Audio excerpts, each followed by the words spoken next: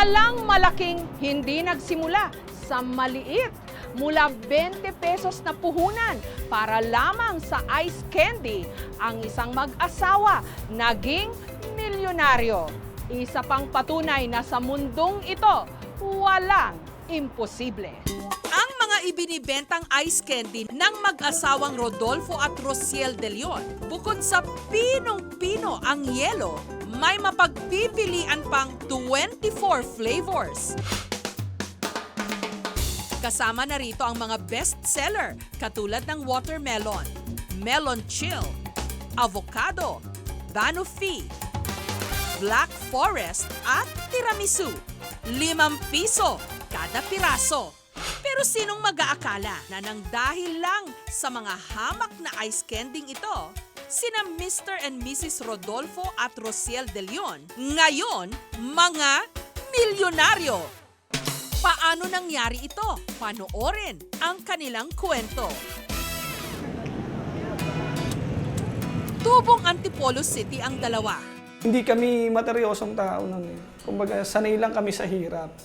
Alam namin yung pakiramdam ng mga deprived. Kasi deprived din kami nung time ng kabataan namin. So yun yung ginawa namin nito nang nagtayo kami ng negosyo.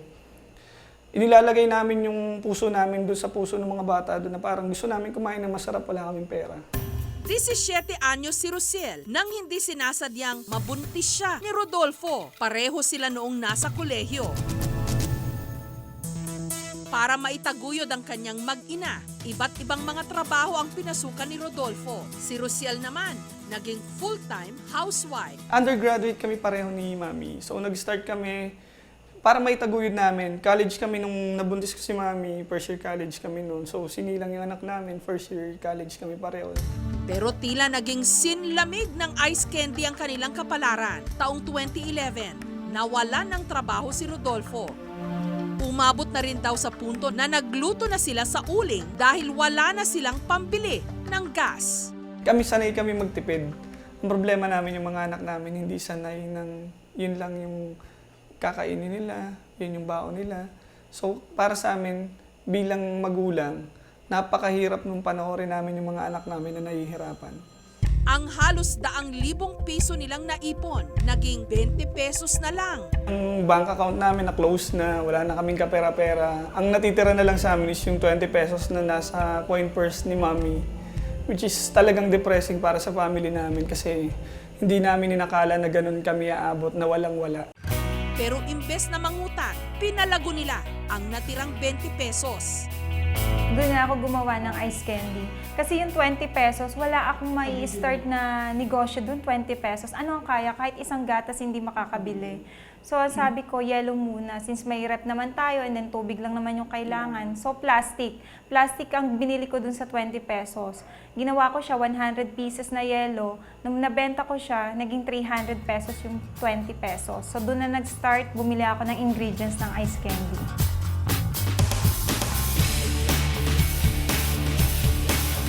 Ang ice candy ni Rosiel pumatok sa kanilang mga kapitbahay. Lahat ng neighborhood namin, yun yung bumibili. Then may ongoing construction, yung phase 3 ng subdivision. Lahat ng mga worker dyan, bumibili sa amin.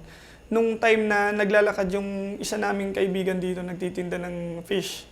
So sa umaga nagtitinda siya ng isda. Sa hapon naman, sa tanghali nagtitinda siya ng ice candy kasi mainit eh. So ang ginawa niya, inano namin siya na magtinda ka ng ice candy para may dagdag kang kita. So yun, every week na umaabot ng 5,000 yung remit niya sa amin, doon na nag-start. Para lumago ang kanilang negosyo, inalok rin nila sa mga sari-sari store at public schools ang kanilang ice candy. Inaalok namin yung consignment. Lahat yan binibigyan namin ng styro. Minsan nade-decline kami, pero ang iniisip lang namin is hindi kami pwedeng tumigil kasi meron kaming mga anak na dapat itaguyod.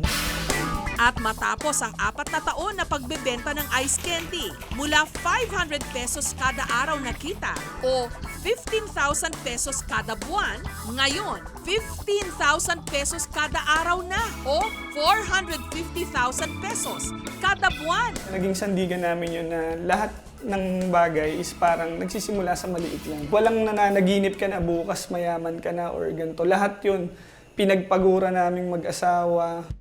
Dahil dito, ang mag-asawa nakapagpundar na ng sasakyan.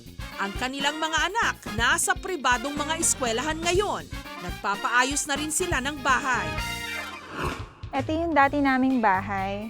Ngayon, dahil lumaki na yung production namin, ginawa na namin siyang factory ng ice candy.